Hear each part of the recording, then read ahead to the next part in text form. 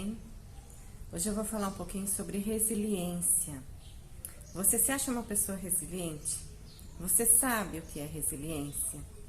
Resiliência é um termo usado na física para determinar que um corpo ele volta ao seu estado natural depois de sofrer uma pressão externa. Então, por exemplo, uma mola ou um elástico, quando a gente estica, ele fica deformado, ele fica na posição que não é característica dele, mas quando você solta, ele volta ao seu estado normal, natural. A psicologia, ela se utilizou desse termo, resiliência, para dizer que as pessoas, quando passam por traumas, quando passam por algum estado externo, elas têm a condição também de voltarem ao seu estado natural. Um exemplo disso é o médico Viktor Frankl. Ele nasceu em 1905, se formou em medicina, fez formação também em filosofia. Isso, ele nasceu em Viena, na Áustria. E só que quando veio o nazismo, os pais eram judeus, então ele foi para um campo de concentração. Aliás, ele foi para 4 campos de concentração, ele e toda a família, né? E lá ele perdeu o pai, a mãe, a esposa que estava grávida e um irmão. Uma irmã conseguiu fugir, né? E então ele passou por essa tribulação muito grande na sua vida, né? Porque ele perdeu toda a sua família nos campos de concentração. E mesmo assim, quer dizer, apesar disso, né, ele conta na sua obra que ele ficou resiliente, quer dizer, não usou esse termo, mas assim, ele voltou, ele não se deixou abalar tanto por isso, porque ele pensava nas coisas boas, ele pensava no que ele ainda poderia fazer a hora que ele saísse daquele campo de concentração. Então ele gostava muito de escalar montanhas, então ele se imaginava a próxima montanha que ele ia escalar, ele ficava se lembrando dos momentos felizes, alegres que ele passou com a sua esposa, enfim. E ele conta no seu livro Busca de Sentido, ele é também fundador da logoterapia, né, que é uma corrente da psicologia, igual tem a psicanálise, a gestalt, a psicologia junguiana. Então tem a logoterapia, que foi fundada por ele, mas isso ainda antes de ele entrar no campo de concentração. Lógico que depois, com toda essa experiência que ele teve, ele conseguiu, então, implementar muito mais e dar muito mais credibilidade para a corrente dele, que chama logoterapia, que é isso, em busca do sentido da vida, né? Ele falava que a vida tem que ter um sentido para a gente poder superar as adversidades que a vida traz para a gente, né? Então, no campo de concentração, ele trabalhou a sua mente nisso, né? Ele falava, eu não tenho escolha nenhuma aqui, é uma situação muito difícil. Eles não comiam, né? Comiam um pedacinho de pão por dia, eram forçados a serviços pesados, muitos morriam, muitos se matavam, porque não aguentava tanta pressão. Ele conta no seu livro que eles tinham até um ataque de riso quando abria o chuveiro e saía água, porque poderia sair gás do chuveiro, que ia matar todo mundo. Então, quando saía água, eles ficavam contentes, né? Porque ele falava, bom, não é hoje, não é dessa vez, porque a todo momento eles estavam esperando a morte. Eles sabiam que eles poderiam ser mortos a qualquer momento. Então, é uma situação extrema de estresse, tanto físico quanto emocional.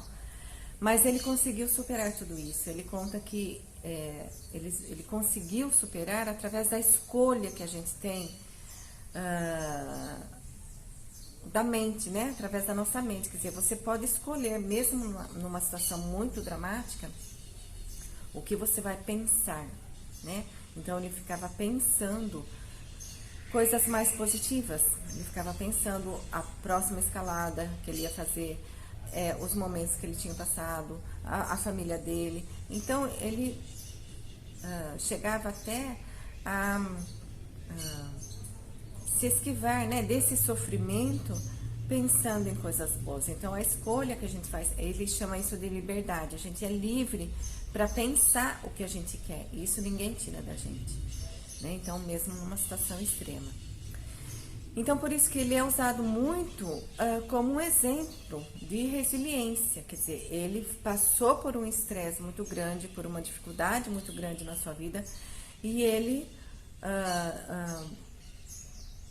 voltou, né? Depois de que ele passou, ele saiu do campo de concentração, ele ficou 3 anos lá, e depois ele voltou a trabalhar no hospital como médico, enfim. Aí ele foi, com mais de 60 anos, ele foi aprender a pilotar avião. Ele era músico também, tocava piano. Então, assim, ele deu um sentido para a vida dele. Ele não ficou preso a toda essa situação triste que ele viveu. Lógico que ele sentiu, né? Ele conta que também um dos momentos que... O único momento que ele pensou em tirar a própria vida dele foi quando ele voltou para Viena e viu a casa dele de infância e viu que todo mundo tinha morrido, que não tinha mais ninguém lá, né? Então, assim, ele ficou muito triste, muito abalado, mas ele conseguiu, através da resiliência, de voltar ao estado natural dele, superar tudo isso. E ele morreu com 92 anos. Ele morreu na mesma semana de morte da princesa Diana e da Madre Teresa de Calcutá. Então, com 92 anos, olha quanto ele viveu, né? E ele passou por essa situação de ser preso quando ele tinha 20 e poucos anos. Então, ele conseguiu superar, né? Dar a volta por cima, como a gente diz. Que jeito que ele conseguiu isso? Então, tem algumas técnicas, né? Algumas coisas que... Isso que eu falei, de pensar positivo, né? Controlar suas emoções, não se deixar levar pelos impulsos, né? E pensar que outro dia pode ser diferente. Aquela situação hoje está difícil, mas o amanhã pode ser muito diferente, pode ser muito melhor, né? Então, otimismo, a coisa de pensar que tudo pode melhorar, que tudo pode ficar bom se hoje não está...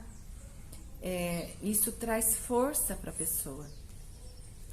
E também a corrente dele é assim, a logoterapia, ela trabalha com o sentido da vida, como eu falei, e pensando que a empatia, né, a gente sentir com o outro é uma coisa fundamental para a gente também dar um sentido para a vida, né, não ficar só no umbigo da gente, só olhando, né, para, ai, tá ruim, minha situação tá ruim. Então, assim, olha para o outro, que também você vai ver, às vezes você pode ajudar o outro também, né? Mesmo você estando numa situação mais difícil. E então, esse sentido da vida é o que ele traz de contribuição para a psicologia. Ele era médico, neuropsiquiatra, né? E também fez a formação em filosofia. Então, ele tinha muito conhecimento e ele usou todo esse conhecimento em prol de si mesmo, né?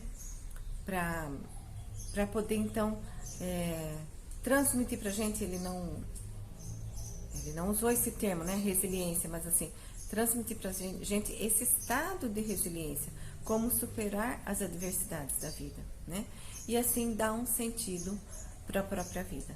Então, vamos seguir o exemplo de Viktor Frankl, né, médico bem conceituado, ganhou vários prêmios depois, né, foi bem reconhecido e foi muito coerente com a teoria dele, né, na prática clínica, enfim, foi uma pessoa para a gente procurar saber mais, né, que deu um exemplo muito bonito de resiliência e tentar seguir um pouquinho essa lição que ele passou pra gente, tá bom? Beijo pra você. Espero que você tenha gostado, que tenha servido para você. E até o próximo vídeo. Tchau.